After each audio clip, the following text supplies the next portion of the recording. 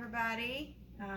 It's been a while since I have done a canning segment, so I figured I would go ahead and do this canning segment for you guys because I've never done this before as on a video.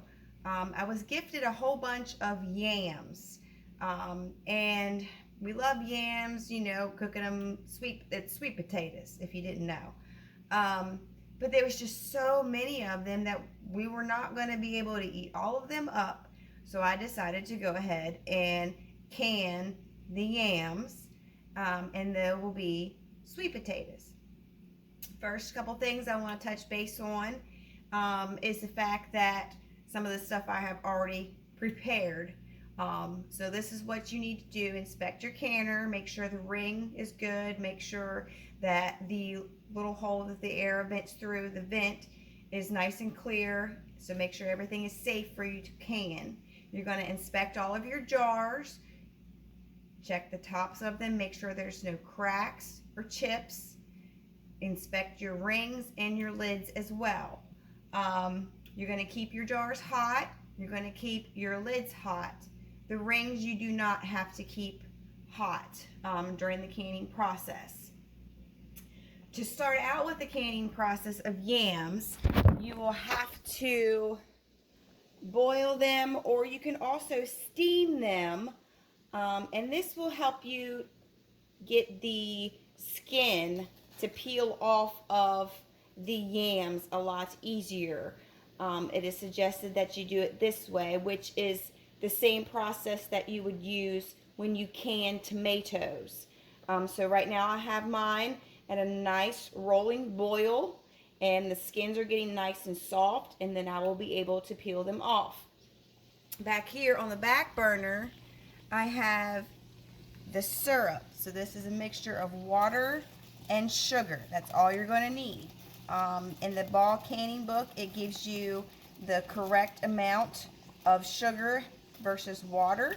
I'm doing a medium syrup, so I used 5 cups of water and 3 1/4 cups of sugar, and that will give you a nice medium syrup.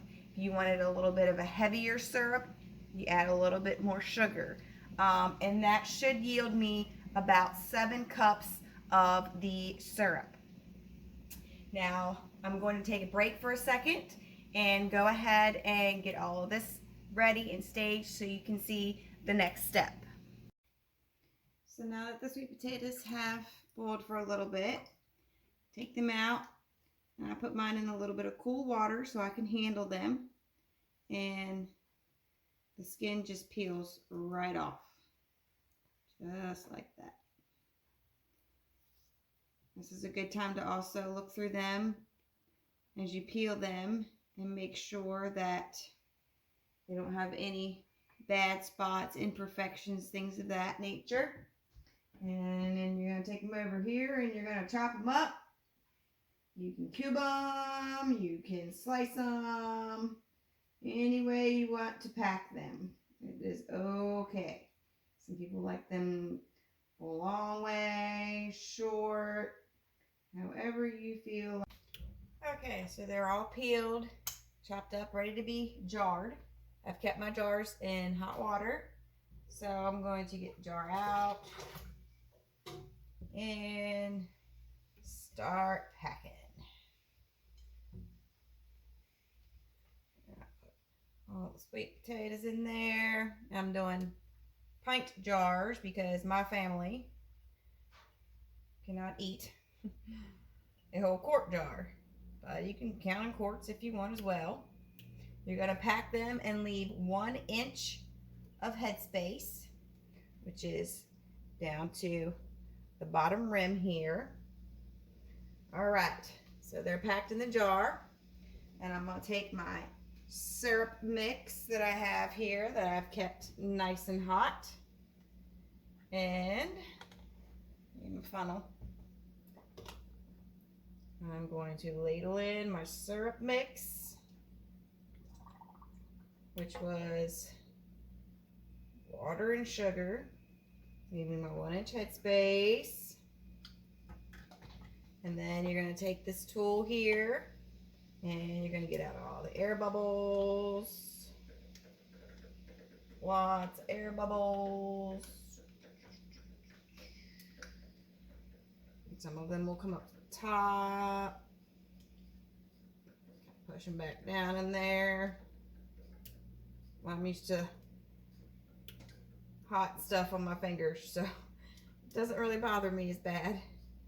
Okay, then you're going to wipe the rim nice and clean so we have a good seal. Take out one of your lids, which you kept hot as well. Put on your ring. Hand tight. You don't want it, too tight. And that's what it'll look like. And then you put it in your canner, which has water in it. And I have also been keeping the water in the canner at a nice hot temperature. So that way when you're taking hot jars and putting hot foods in them and hot liquid, and you go to put them in cold water, more than likely they're going to crack or bust. So you want to keep all of the temperatures nice and even. I'm going to go ahead and finish packing the rest of my jars, and I'll get back to you all in a minute. Okay, so I have all my jars packed, and they're in the canner. I could have fit 2 more jars in there, but I ran out of sweet potatoes. So I'm going to get 6, but that's okay. 6 is better than none. Okay, you're going to put on the lid and lock it.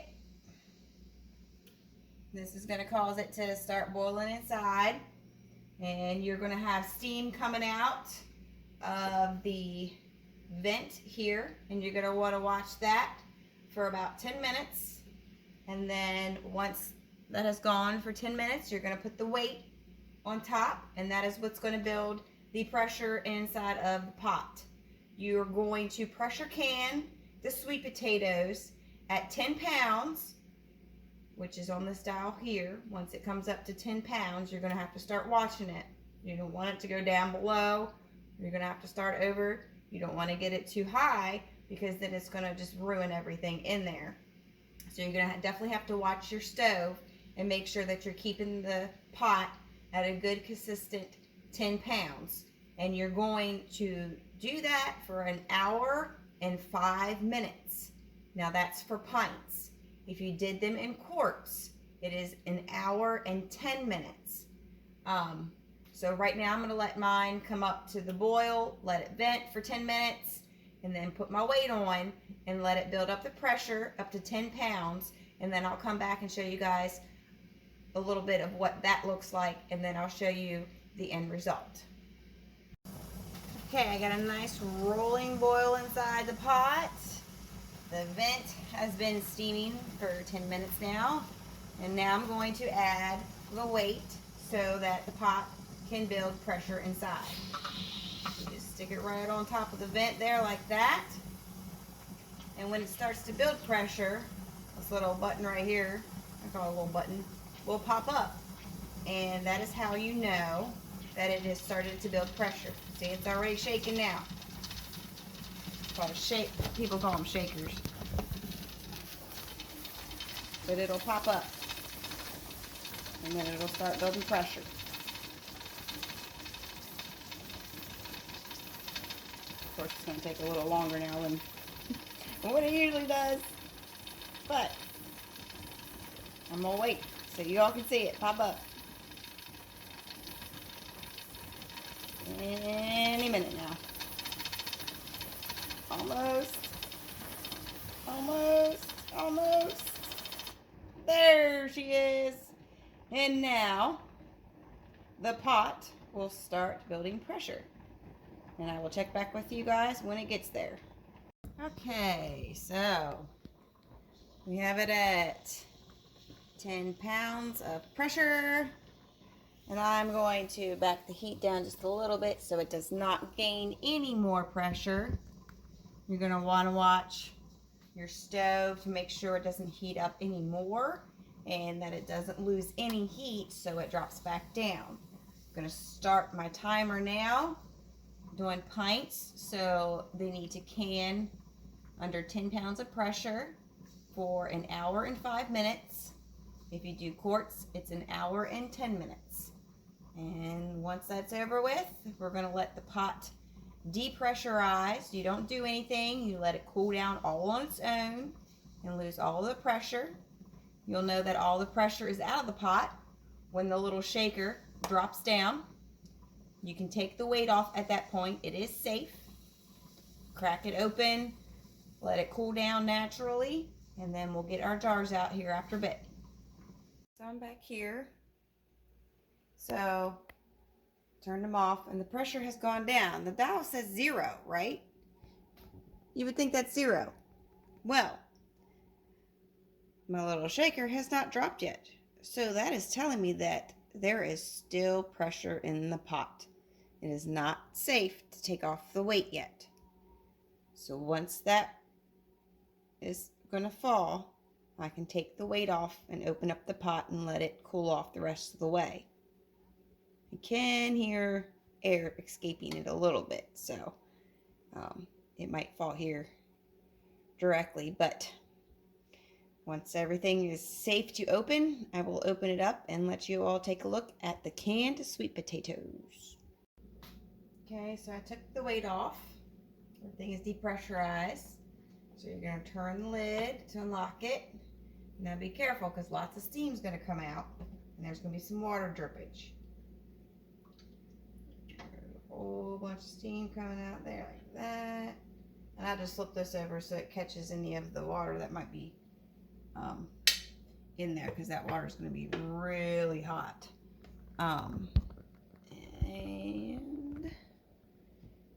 there they are. I'm going to let them cool off and make sure they seal. I have actually already heard some of them popping. You hear a little pink, and you know that it has sealed.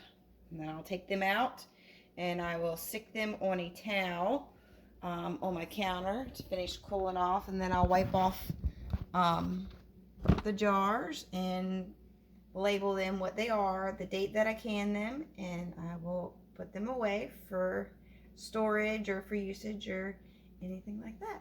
So I hope you guys found this informative. If you have any questions, please feel free to comment the question and I'll try to answer it the best I can. Thanks for watching.